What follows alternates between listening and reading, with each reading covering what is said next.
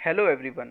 आज हम लोग बात करने वाले हैं मुल्क राज आनंद के बारे में। ठीक है, ये मुल्क Raj Anand Indian writing in English के एक फर्स्ट क्लास में हम इसकी इनकी बात कर रहे हैं। ठीक है, इसके पहले मैंने एक क्लास बताई थी जिसमें मैंने आपको बताया था कितने हम राइटर की बात करेंगे इन क्लासों में इंडियन राइटिंग इन इंग्लिश में। तो फर्स्ट हम बात कर रहे हैं मुल्क राज आनंद की। ठीक है, इनका जो डेट ऑफ बर्थ है वो 12 दिसंबर 1905 है और इनका जो जन्म हुआ था पेशावर पाकिस्तान में हुआ था। ठीक है, और इनकी जो डेथ हुई थी 28 दिसंबर 2004 पुणे में हुई थी। ठीक है, तो डेट ऑफ प्लेस और डेथ ऑफ प्लेस दो, बर्थ ऑफ प्लेस और डेथ ऑफ प्लेस दोनों याद रखने हैं, ज़्यादा से ज़्यादा क्वेश्चन यहीं से अराइज होंगे।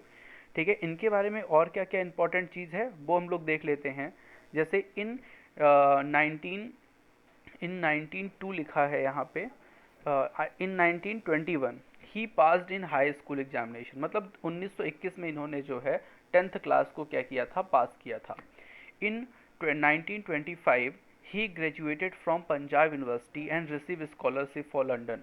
और 1925 में इन्होंने ग्रेजुएशन अपना कंप्लीट किया पंजाब यूनिवर्सिटी से। ठीक है, और इन्होंने स्कॉलरशिप इनको मिली और जो लंदन के लिए यूनिवर्सिटी थी, लंदन के में पढ़ने के लिए इनको जो है स्कॉलरशिप मिली थी। ठीक है, हिज मदर, अब ये इंपॉर्टेंट फैक्ट है, इनकी माता ने जो अपनी ज्वेलरी है उसको बेच करके इनको कहाँ भेजा था, लंदन भेजा था। His mother sold her jewellery to send him. ठीक है, इन 1928 ही received his PhD degree and return home.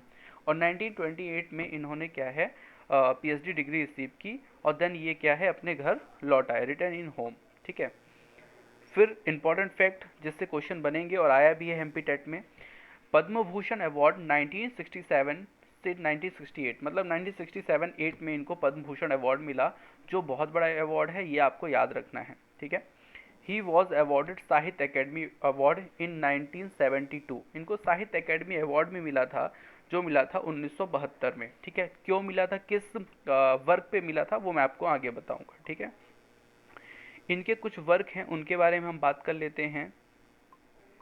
देखिए, इनके कुछ हम वर्क के बारे में बात कर लेते हैं। तो फर्स्ट इनका वर्क है, जो इनकी फर्स्ट नोवेल थी 1935 में आई थी, अनटचेबल। ठीक है, अनटचेबल पर इनकी फर्स्ट नोवेल थी। इसमें जो है ये इनकी, देखिए इसकी कुछ इंपॉर्टेंट फैक्ट है वो आप लिख लीजिएगा, मैं बोल रहा हूँ। जैसे फर्स्ट नोवेल इनकी है मुल्क राज आनंद की है। ठीक है, इसका जो प्रीफेस है ई एम फ्रॉस्टर ने लिखा था, ध्यान रखिएगा, ई एम फ्रॉस्टर ने लिखा था। ये पूछा जाता है कि अनटचेबल का जो प्रीफेस है वो किसने लिखा था, तो ई एम फ्रॉस्टर ने लिखा था। इसमें जो हीरो है उस हीरो का नाम होता है बखा। क्या नाम होता है, बखा। ठीक है, ये ध्यान रखिएगा, पूछा गया क्वेश्चन है।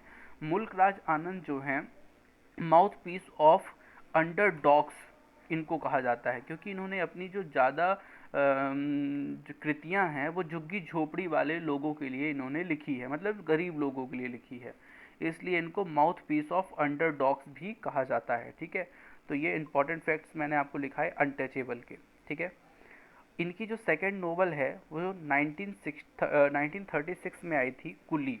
ठीक है, अगर आप लोग नहीं लिख पाए ना इंपॉर्टेंट फैक्ट, तो आप बैक करके वीडियो को देखिए, देन उसको नोट करिए। ठीक है, कुली जो है 1936 में आई थी। ठीक है, इसीलिए इनको जो है साहित्य अकेडमी पुरस्कार 1971 टू 72 दिया गया था। ध्यान रखिएगा, मैंने आपको कहा था ना साहित्य अकेडमी अवार्ड इनको मिला है 72 में, 1972 में। तो क्यों मिला था, तो जो कुली इनकी जो नोवेल थी इसके लिए इनको मिला था। ठीक है, तो ये आपको ध्यान रखना है। इसमें हीरो का नाम मुनरो रहता है। ठीक है, हीरो जरूर याद रखिएगा, क्योंकि हीरो एग्जाम में पूछ लेता है। तो क्या नाम था, मुन्नू नाम था। ठीक है, ये ध्यान रखिएगा। नेक्स्ट, इनकी जो और कृतियां हैं, इनके जो और वर्क हैं उसके बारे में भी ध्यान रखिएगा। तो यहाँ पे लिखा है two leave and a bud. ठीक है, two leave and a bud जो है ये आया था 1937 में आया था इनका। द विलेज है 1939 पे आया था, द विलेज। ठीक है, अक्रॉस द ब्लैक वाटर 1940 में इनकी नोवेल आई थी। इनकी एक मैगजीन चली थी, इन्होंने मैगजीन एक पब्लिश कराई थी जिसका नाम था मार्ग। ठीक है, तो ये कुछ इंपॉर्टेंट फैक्ट है, उनको आप याद रखिएगा। नेक्स्ट चलते हैं इनके नेक्स्ट वर्क पे। तो इनका confess of lover, confess of lover में इकबाल नाम का एक हीरो होता है। क्या नाम हीरो का? इकबाल। इकबाल नाम का हीरो होता है कॉन्फेस ऑफ लवर में, ठीक है। नेक्स्ट जो 8 नंबर पॉइंट है, बबल। बबल भी एक इनकी नॉवेल आई थी, ठीक है। इसमें एक क्रिश्चियन नाम का कैरेक्टर होता है जिसको गांधी जी टाइप का दिखाया जाता है, ठीक है। तो क्रिश्चियन टाइप का आदमी होता है जिसको गांधी जी टाइप का दिखाया जाता है, ठीक है, बबल। नेक्स्ट, डेथ ऑफ ओवे। डेथ ऑफ ओवे एक है, ठीक है। इसमें जो हीरो रहता है उसका नाम मकबूल रहता है, ठीक है। और ये जो घटना रहती है इस कश्मीर अटैक में इसकी मृत्यु हो जाती है, मकबूल की, ठीक है। तो ये ध्यान रखिएगा, डेथ ऑफ ओवे में मृत्यु होती है किसकी? कश्मीरी एक व्यक्ति मकबूल की, ठीक है। मॉर्निंग फेस एक इनका आया था 1971 पे, ठीक है। इसमें हीरो जो था उसका नाम था कृष्णा चंद, ठीक है। जिसमें जिसकी टीवी से मौत हो जाती है। टीवी एक बीमारी थी जो बहुत चल रही थी उस समय, ट्यूबरकुलोसिस, तो इसके कारण उसकी मृत्यु हो जाती है। तो मॉर्निंग फेस मतलब दुख भरी कहानी, दुख भरा समय। नेक्स्ट है इनका वर्क 11 नंबर, गोरी। Old women and the cow. Gauri जो है ओल्ड वुमेन एंड काउ के ऊपर एक जो है इनकी और है जिसका टाइटल ये था, ठीक है। इसमें हीरोइन होती है पुंची, पौंची, ठीक है, ध्यान रखिए, पौंची। इसका पति इस पर जो है शक करता है, ठीक है। यह नहीं कि मतलब किसी प्रकार से, मतलब एक प्रकार से शक करता है और इस प्रकार की घटना थी, लास्ट में ये मर जाती है, ठीक। गोरी। नेक्स्ट है 12 नंबर इसका, 9 मूड्स ऑफ भारवा, ठीक है, 9 मूड्स ऑफ भारवा। तो इसमें जो है हीरो का नाम कृष्णा होता है। हीरो का नाम क्या होता है? कृष्णा, ठीक है, ध्यान रखिएगा। और आगे चलते हैं 9 मूड्स ऑफ भारवा में, इनकी एक ऑटोबायोग्राफी भी है, ठीक है। ऑटोबायोग्राफी जो है उसे बोलते हैं 7 एजेस ऑफ मैन, ठीक है, 1950 में आई थी, ठीक है। साहित्य अकेडमी पुरस्कार इसके लिए नहीं, कुली के लिए मिला था, ठीक है, ध्यान रखिएगा।